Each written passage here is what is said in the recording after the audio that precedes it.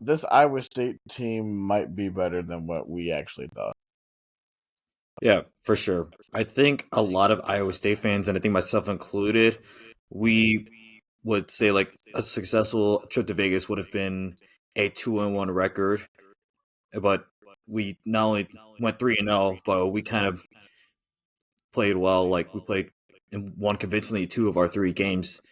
The only close game was St. John's, but that was a really good game, and that really showed Milan Momcilovic looked really good, especially in Vegas. I think he owns the city, along with Joshua Jefferson, the Vegas native. Yeah, dude, he did, and then there were some other couple of unsung heroes. Um, Killian Torre, man, like we thought that he was only going to be a 2 year guy, but the way he's playing right now, he might only be an aim for 1 year because he already right now looks NBA ready. Mhm. Yeah, I mean, Killian Torre had to step in late in the last two games because of Tamin Lipsey's injury. Which, first of all, I'm so mad. I'm like, another injury for Tamin Lipsey. It seems like he can never catch a break, man. Like at this point, I would just keep him out until conference play starts. Like because I think we can make it through. Obviously, we have the big game next week at Purdue. At Purdue, that which we'll talk about in the next segment. But like, man, it just sucks. Like because it just seems every single time that we always have a promising team, there's always like a debilitating injury, and I'm so tired of it. Yeah, but I think this team is built to be better for it.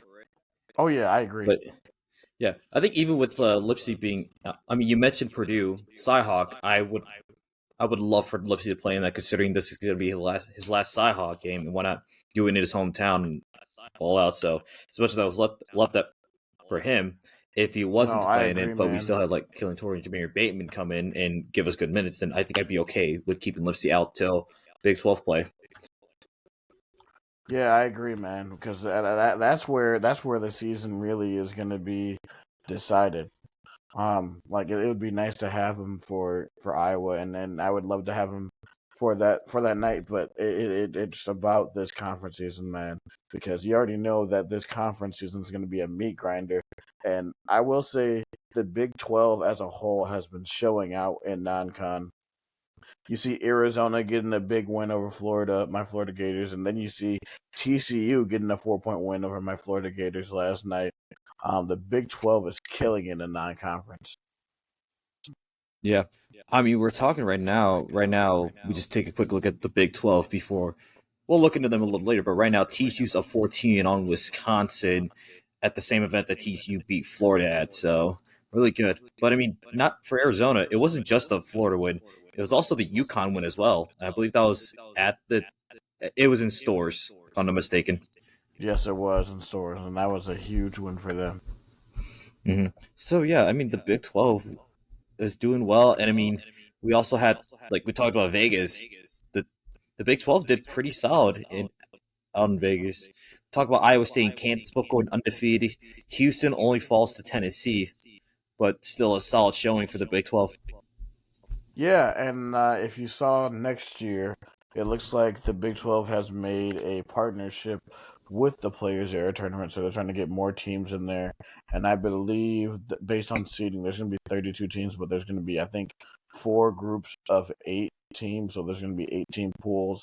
And then I think you got to come back in like a week or so and then play that, which is going to make it a whole lot more interesting because it's just the whole time that they said, but it goes by point differential, even though Iowa State won by like 40, but somehow they didn't make it a championship game. It's just absolute baloney. Yeah. Obviously, you're trying to figure stuff out in the first iteration of this tournament, but I just didn't like it. Yeah, I think the formatting was just it was questionable from the start.